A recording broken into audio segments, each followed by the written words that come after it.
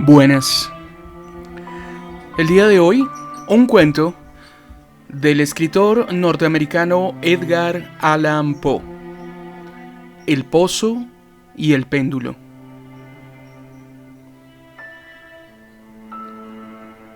Impia tortorum longas hic turba furores, sanguina innocui nao satiata alluit, sospite nunc patria, fracto nunc funeris antro, mors ubi dira fuit vita, salusque patent.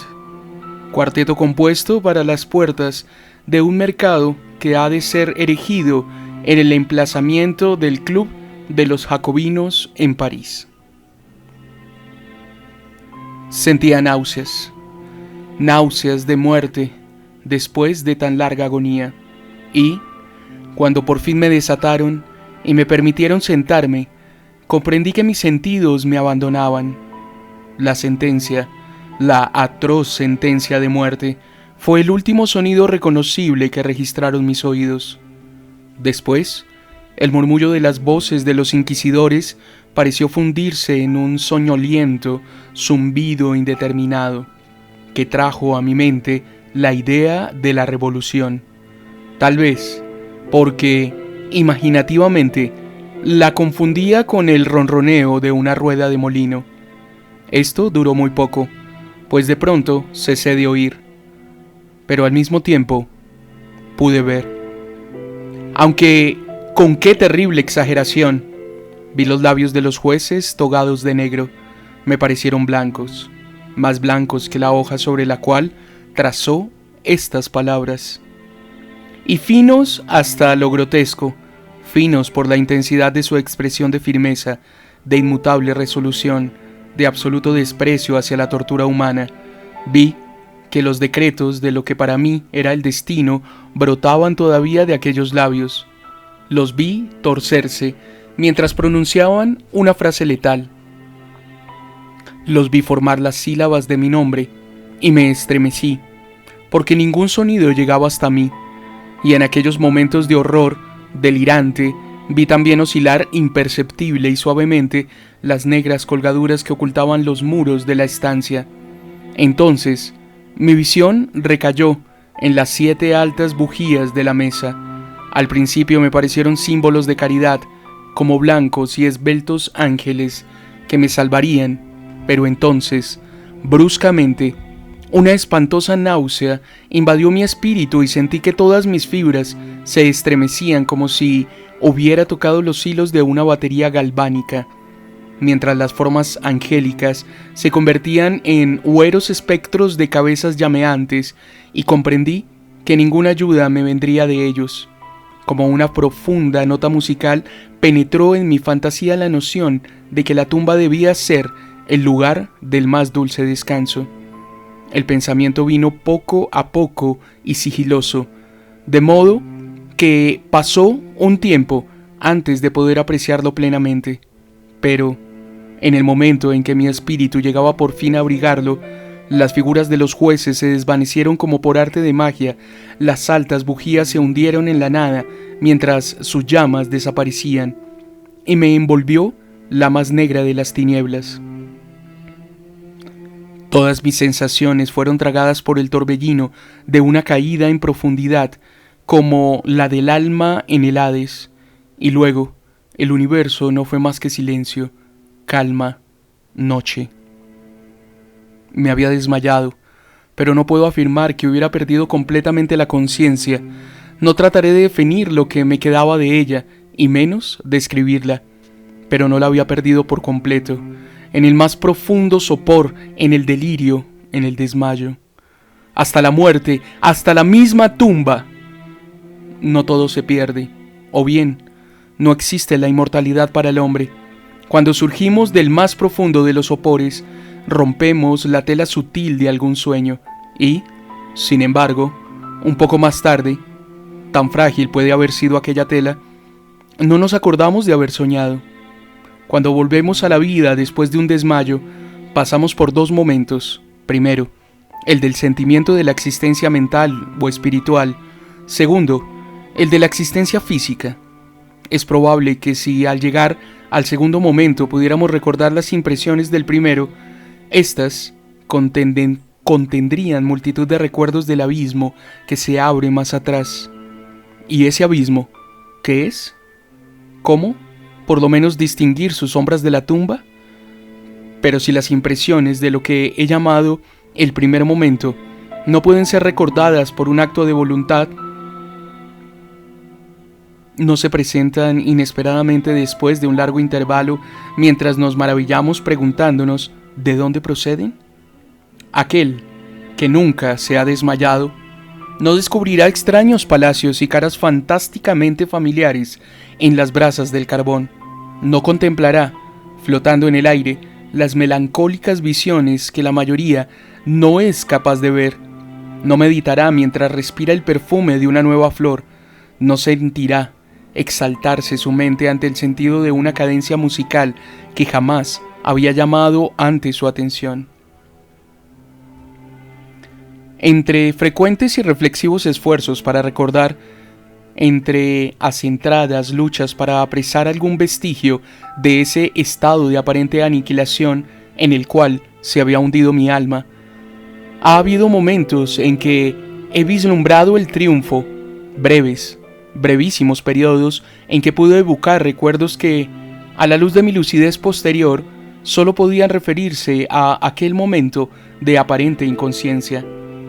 Esas sombras de recuerdo que muestran borrosamente altas siluetas que me alzaron y me llevaron en silencio, descendiendo,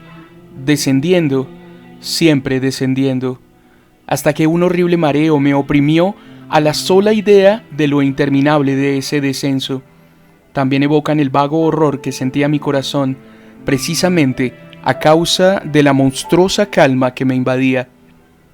Viene luego una sensación de súbita inmovilidad que invade todas las cosas, como si aquellos que me llevan, atroz cortejo, hubiera superado en su descenso los límites de lo ilimitado y descansaran de la fatiga de su tarea.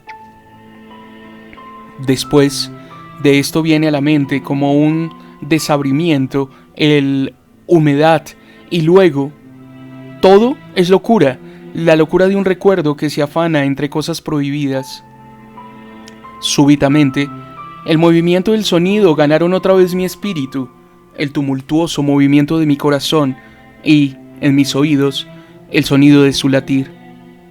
Sucedió una pausa, en lo que todo era confuso, otra vez sonido, movimiento y tacto, una sensación de hormigueo en todo mi cuerpo, y luego la mera conciencia de existir, sin pensamiento, algo que duró algo y largo tiempo. De pronto, bruscamente, el pensamiento, un espanto estremecedor y el esfuerzo más intenso por comprender mi verdadera situación. A esto sucedió un profundo deseo de recaer en la insensibilidad. Otra vez, un violento revivir del espíritu y un esfuerzo por moverme hasta conseguirlo. Y entonces, el recuerdo vivido del proceso, los jueces, las colgaduras negras, la sentencia, la náusea, el desmayo. Y total olvido de lo que siguió, de todo que los tiempos posteriores, en un obstinado esfuerzo, me han permitido vagamente recordar. Hasta ese momento no había abierto los ojos. Sentí que yacía de espaldas y que no estaba atado. Alargué la mano, que cayó pesadamente sobre algo húmedo y duro. La dejé allí algún tiempo, mientras trataba de imaginarme dónde me hallaba y qué era de mí. Ansiaba abrir los ojos, pero no me atrevía, porque me espantaba esa primera mirada a los objetos que me rodeaban. No es que temiera contemplar cosas horribles, pero me horrorizaba la posibilidad de que no hubiese nada que ver. Por fin, lleno de atroz angustia, mi corazón abrió de golpe los ojos y mis peores suposiciones me confirmaron. Me rodeaba la tiniebla de una noche eterna. Luché por respirar. Lo intenso de aquella oscuridad parecía oprimirme y sofocarme.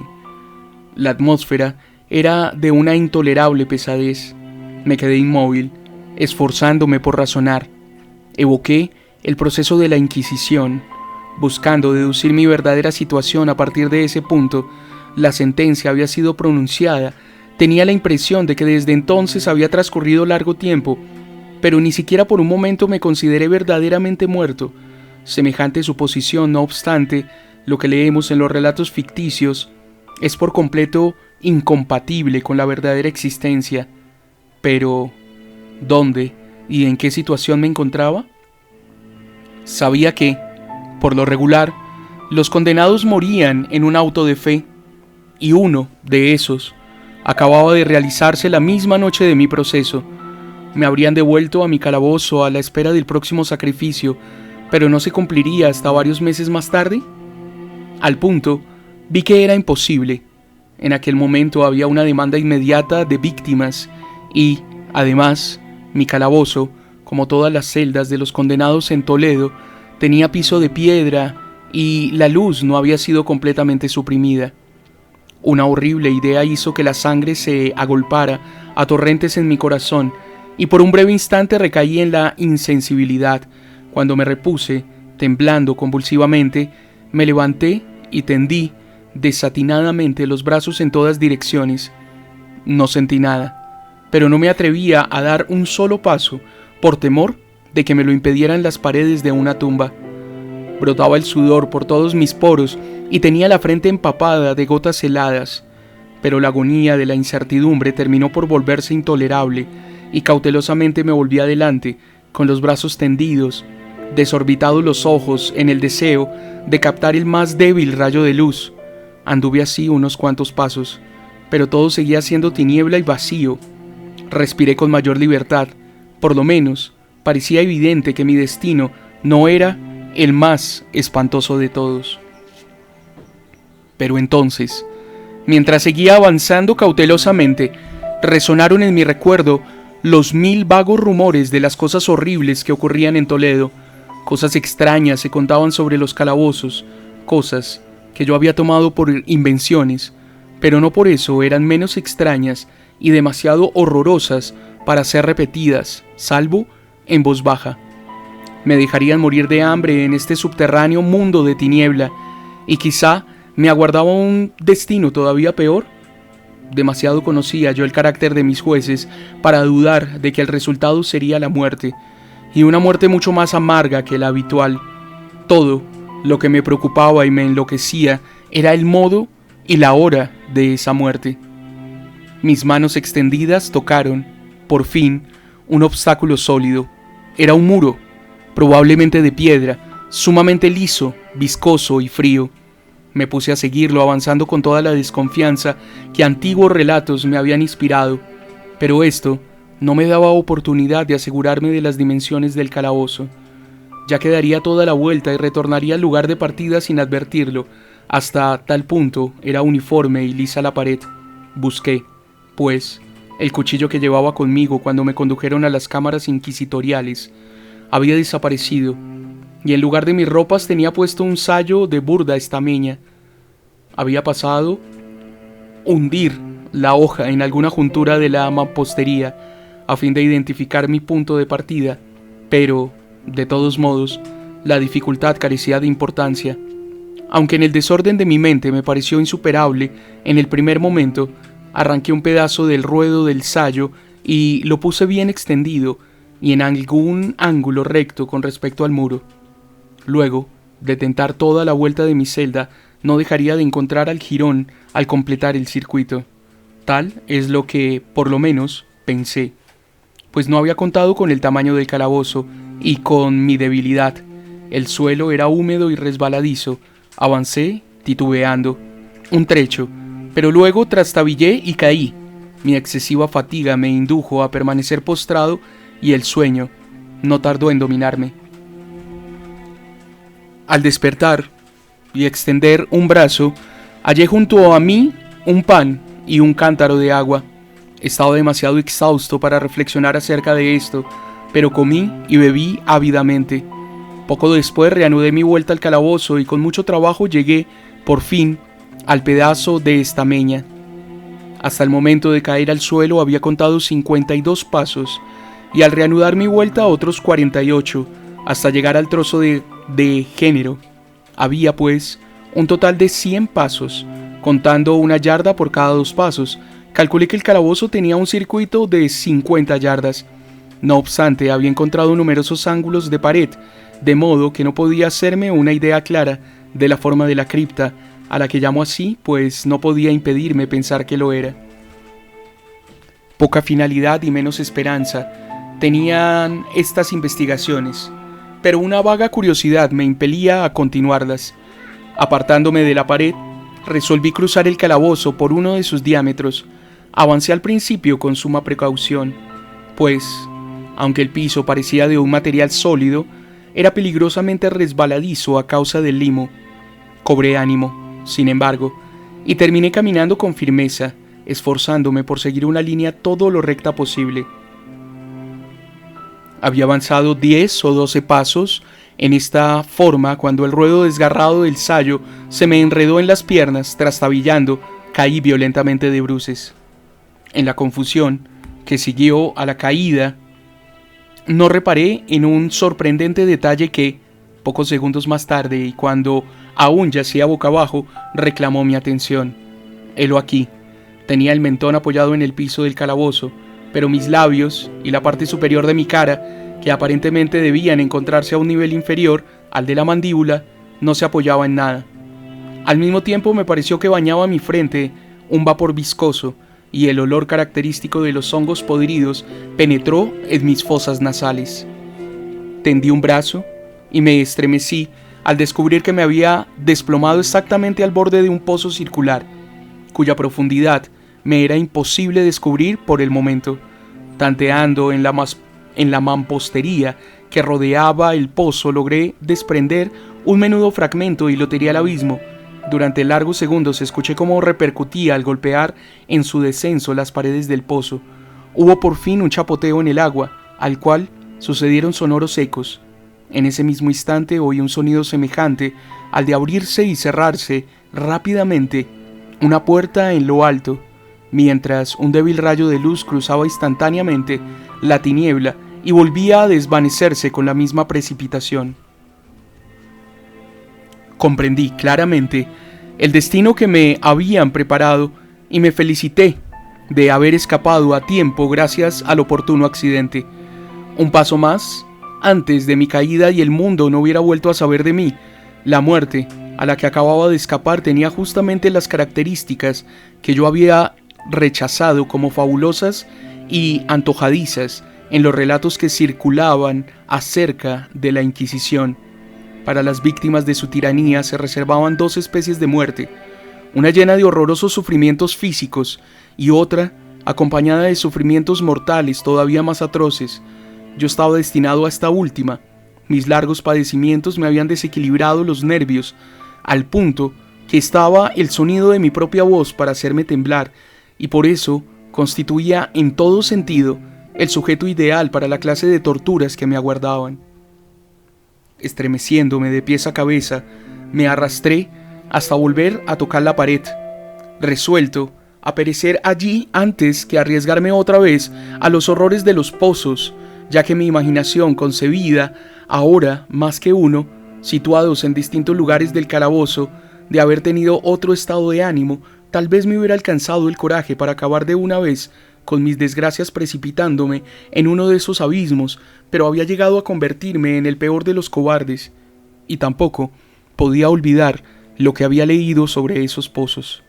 Esto es, que su horrible disposición impedía que la vida se extinguiera de golpe. La agitación de mi espíritu me mantuvo despierto durante largas horas, pero finalmente acabé por adormecerme. Cuando desperté, otra vez había a mi lado un pan y un cántaro de agua.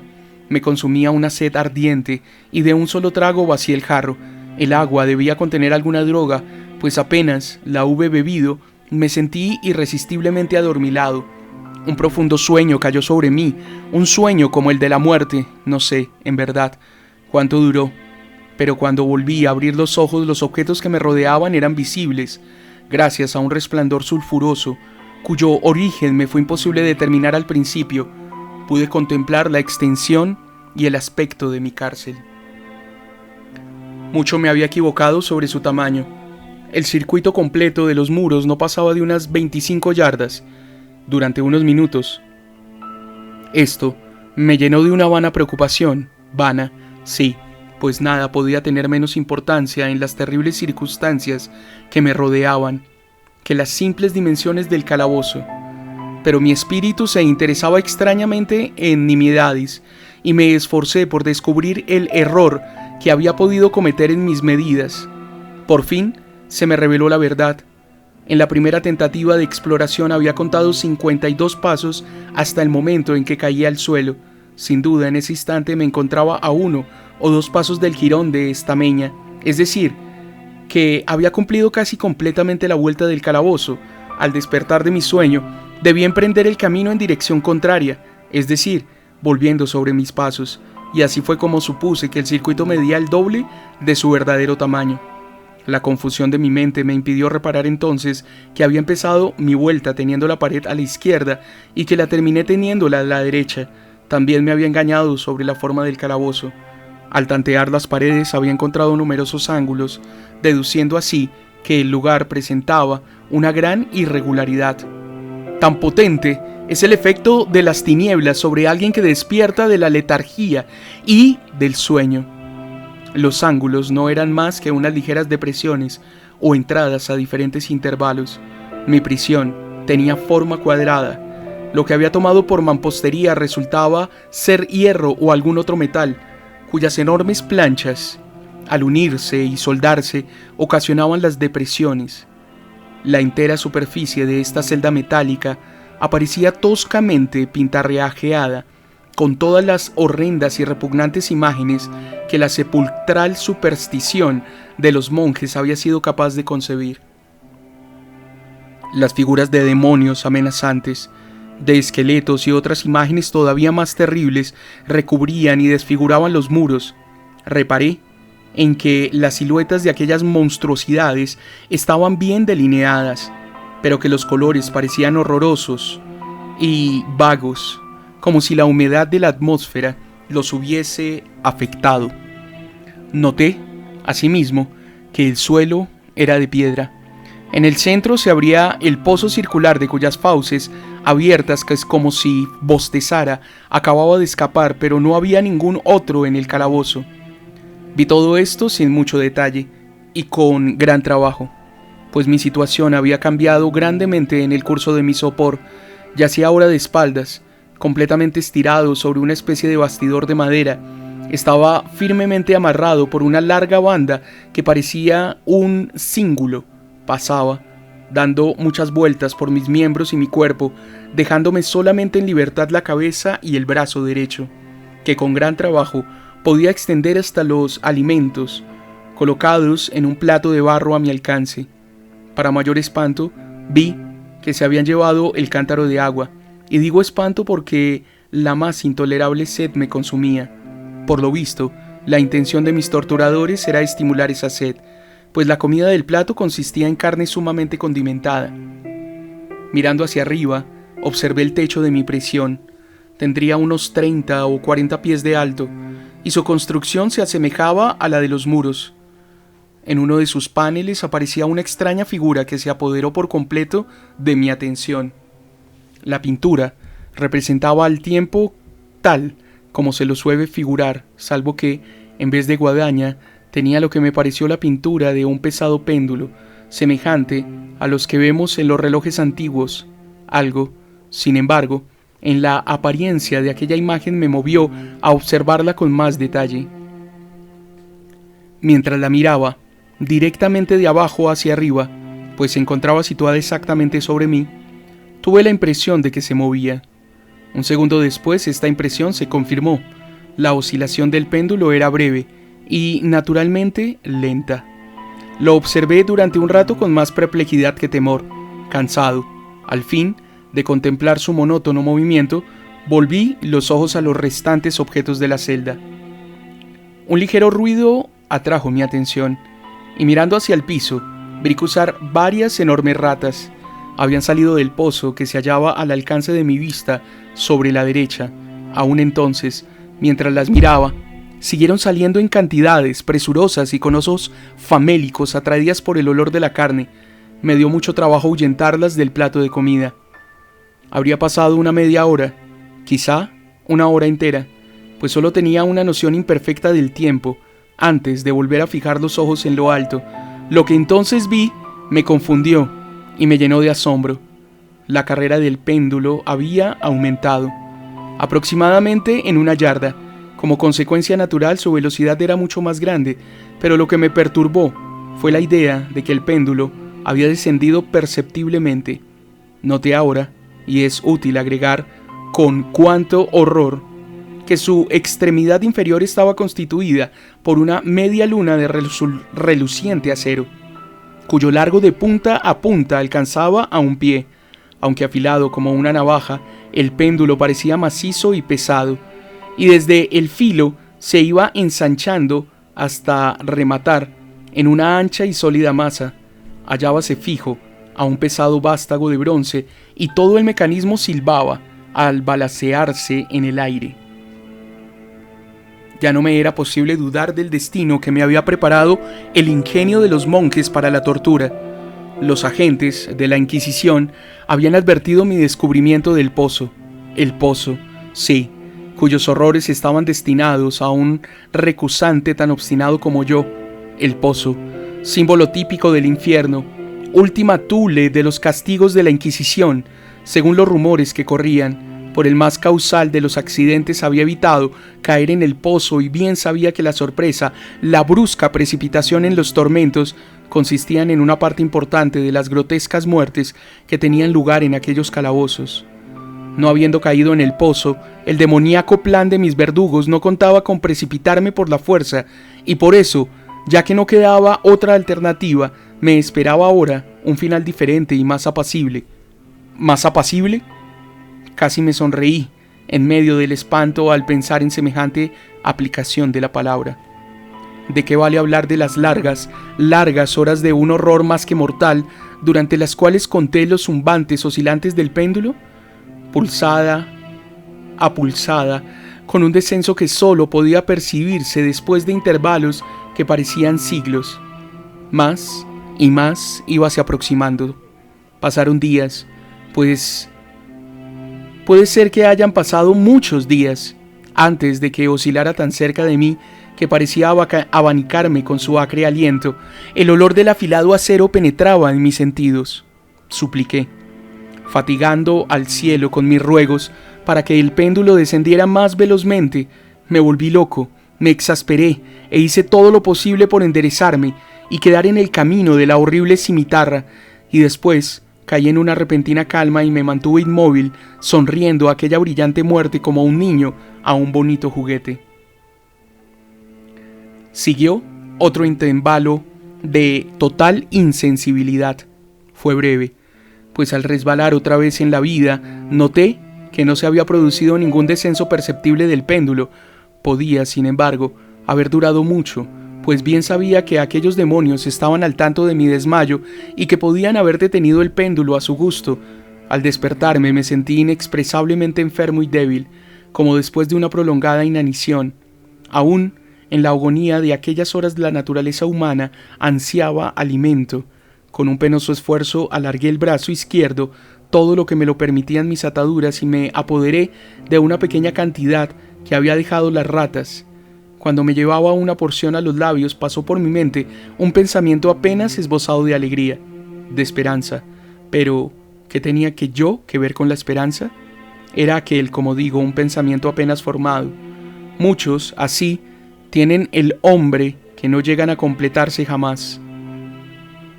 Sentí que era alegría, de esperanza, pero sentí al mismo tiempo que acababa de extinguirse en plena elaboración.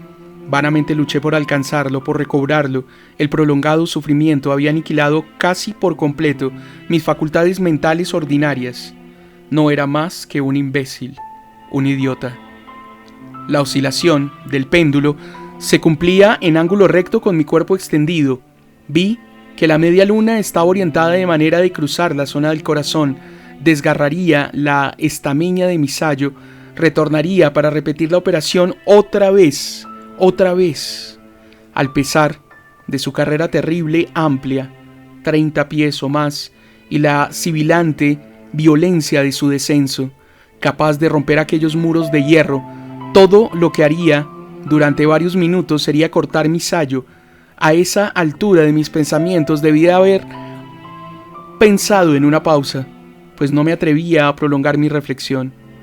Me mantuve en ella, pertinazmente fija la atención, como si al hacerlo pudiera detener en ese punto el descenso de la hoja de acero.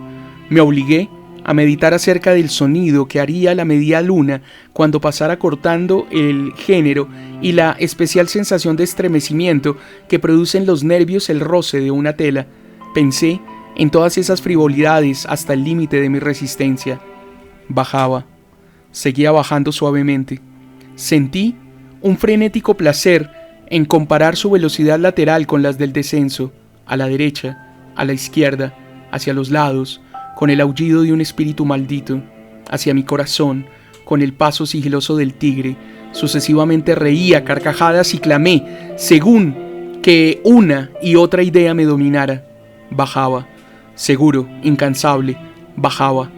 Ya pasaba vibrando a 3 pulgadas de mi pecho. Luché con violencia, furiosamente, para soltar mi brazo izquierdo, que solo estaba libre a partir del codo, que era posible llevar la mano desde el plato, puesto a mi lado, hasta la boca, pero no más allá. De haber roto las ataduras arriba del codo, hubiera tratado de detener el péndulo, pero lo mismo hubiera sido pretender atajar al laúd. Bajaba, sin cesar, inevitablemente bajaba. Luché, jadeando, a cada oscilación. Me encogía convulsivamente a cada paso del péndulo. Mis ojos seguían su carrera hacia arriba o abajo, con la ansiedad de las más inexpresables desesperaciones. Mis párpados se cerraban espasmódicamente a cada descenso, aunque la muerte hubiera sido para mí un alivio, inefable. Pero cada uno de mis nervios se estremecía, sin embargo, al pensar que el más pequeño deslizamiento del mecanismo precipitaría aquel reluciente, afilado eje contra mi pecho.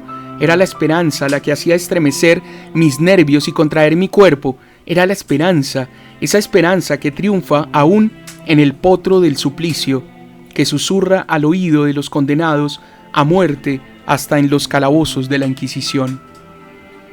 Vi que después de 10 o 12 oscilaciones, el acero se pondría en contacto con mi ropa, y en el mismo momento en que hice esa observación, invadió mi espíritu toda la penetrante calma concentrada de la desesperación.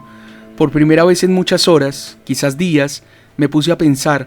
Acudió a mi mente la noción de que la banda o cíngulo que me ataba era de una sola pieza. Mis ligaduras no estaban constituidas por cuerdas separadas. El primer roce de la afiladísima media luna sobre cualquier porción de la banda bastaría para soltarla, y con ayuda de mi mano izquierda podría desatarme del todo, pero cuán terrible, en ese caso, la proximidad del acero. Cuán letal el resultado de la más leve lucha. Y luego, ¿era verosímil que los esbirros de torturador no hubiera previsto y prevenido esa posibilidad? ¿Cabía pensar que la atadura cruzara mi pecho en el justo lugar por donde pasaría el péndulo? Temeroso de descubrir que mi débil y, al parecer, postrera esperanza se frustrara, levanté la cabeza lo bastante para distinguir con claridad mi pecho. El cíngulo envolvía mis miembros y mi cuerpo en todas direcciones, salvo en el lugar por donde pasaría el péndulo.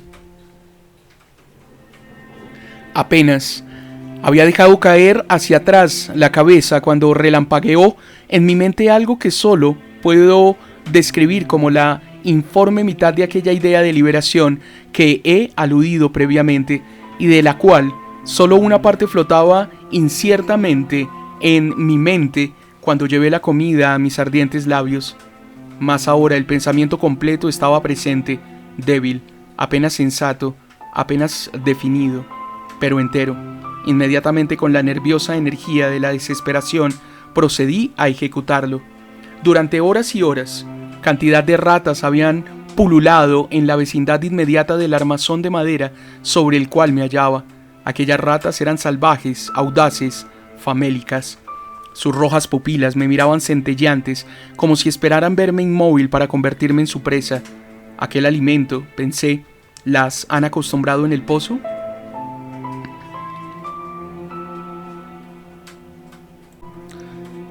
A pesar de todos mis esfuerzos por impedirlo, Ya habían devorado el contenido del plato, salvo unas pocas sobras. Mi mano se había agitado como un abanico sobre el plato, pero, a la larga, la regularidad del movimiento les hizo perder su efecto. En su voracidad, las odiosas bestias me clavaban sus afiladas garras en los dedos, tomando los fragmentos de la aceitosa y especiada carne que quedaba en el plato. Froté con ellos mis ataduras allí donde era posible alcanzarlas y después, apartando mi mano del suelo, permanecí completamente inmóvil, conteniendo el... Los hambrientos animales se sintieron primeramente aterrados y sorprendidos por el cambio. La cesación de movimiento, retrocedieron llenos de alarma y muchos se refugiaron en el pozo. Pero esto no duró más que un momento. No en vano había yo contado con su voracidad. Al observar que seguía sin moverme, una o dos de las más atrevidas saltaron al bastidor de madera y olfatearon el cíngulo. Esto fue como la señal para que todas avanzaran. Salían del pozo, corriendo en renovados contingentes. Se colgaron de la madera, corrieron por ella y saltaron a centenares sobre mi cuerpo. El acompasado movimiento del péndulo no las molestaba para nada. Evitando sus golpes, se precipitaban contra las untadas ligaduras. Se apretaban, pululaban sobre mí en cantidades cada vez más grandes, se retorcían cerca de mi garganta, sus fríos hocicos buscaban mis labios.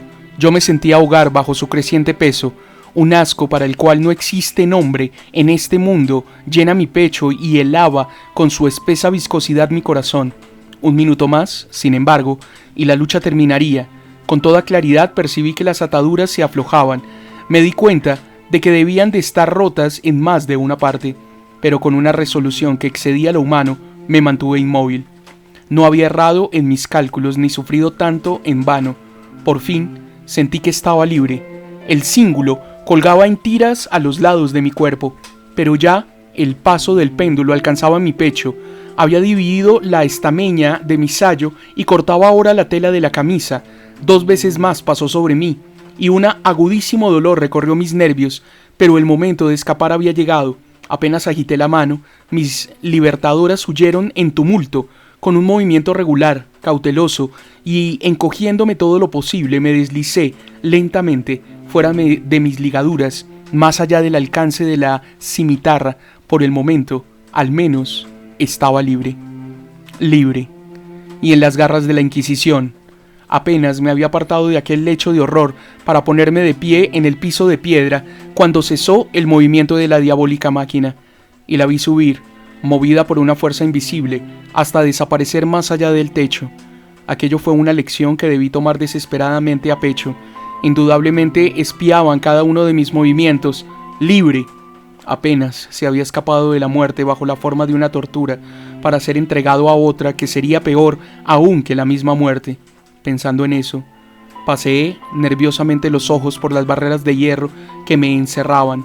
Algo insólito, un cambio que, al principio, no me fue posible apreciar claramente. Se había producido en el calabozo. Durante largos minutos, sumido en una temblorosa y vaga abstracción, me perdí en vanas y desilvanadas conjeturas. En estos momentos pude advertir por primera vez el origen de la sulfurosa luz que iluminaba la celda. Procedía de una fisura de media pulgada de ancho que rodeaba por completo el calabozo al pie de las paredes, las cuales parecían, y en realidad estaban, completamente separadas del piso. A pesar de todos mis esfuerzos, me fue imposible ver nada a través de la abertura. Al ponerme otra vez de pie, comprendí de pronto el misterio del cambio que había advertido en la celda. Ya he dicho que, si bien las siluetas de las imágenes pintadas en los muros eran suficientemente claras, los colores parecían borrosos e indefinidos, pero ahora esos colores habían tomado un brillo intenso y sorprendente, que crecía más y daba a aquellas espectrales y diabólicas imágenes un aspecto que hubiera quebrantado nervios más resistentes que los míos.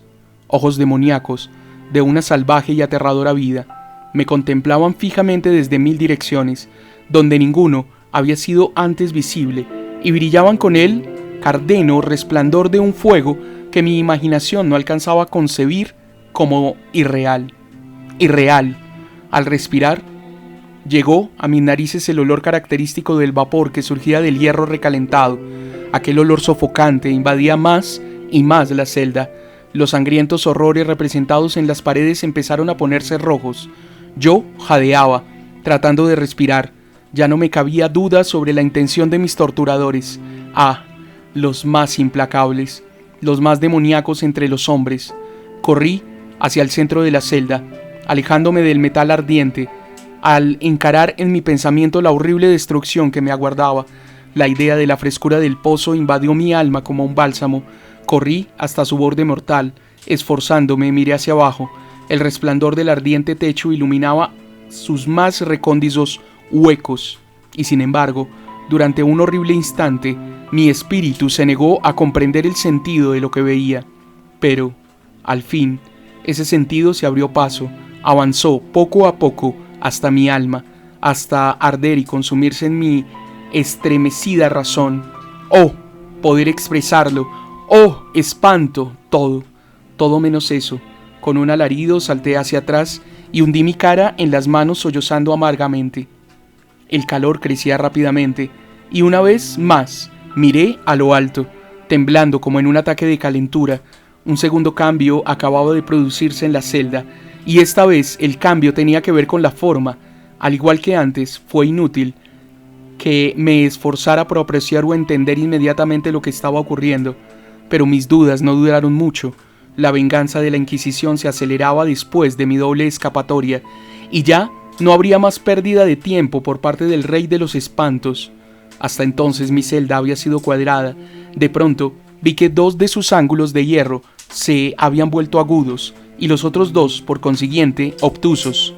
La horrible diferencia se acentuaba rápidamente, con un resonar profundo y quejumbroso. En un instante el calabozo cambió su forma por la de un rombo, pero el cambio no se detuvo allí, y yo no esperaba ni deseaba que se detuviera. Podría haber pegado mi pecho a las rojas paredes como si fueran vestiduras de eterna paz. La muerte, clamé. Cualquier muerte, menos la del pozo. Insensato. ¿Acaso no era evidente que aquellos hierros al rojo tenían por objeto precipitarme en el pozo? ¿Podría acaso resistir su fuego? Y si lo resistiera, ¿cómo oponerme a su presión? El rombo se iba achatando más y más, con una rapidez que no me dejaba tiempo para mirar. Su centro, y por tanto su diámetro mayor, llegaba ya sobre el abierto abismo. Me eché hacia atrás, pero las movientes paredes me obligaban irresistiblemente a avanzar. Por fin no hubo ya, en el piso del calabozo, ni una pulgada de asidero. Para mi chamuscado y convulso cuerpo cesé de luchar, pero la agonía de mi alma se expresó en un agudo, prolongado, alarido final de desesperación. Sentí que me tambaleaba al borde del pozo. Desvié la mirada y oí un discordante clamoreo de voces humanas. Resonó poderoso un toque de trompetas. Escuché un áspero chirriar semejante al de 1000 truenos. Las terribles paredes retrocedieron. Una mano tendida sujetó mi brazo en el instante en que, desmayado, me precipitaba al abismo. Era la del general Lasalle. El ejército francés acababa de entrar en Toledo. La Inquisición estaba en su poder de sus enemigos. Traducción de Julio Cortázar. El pozo y el péndulo, del escritor Edgar Allan Poe.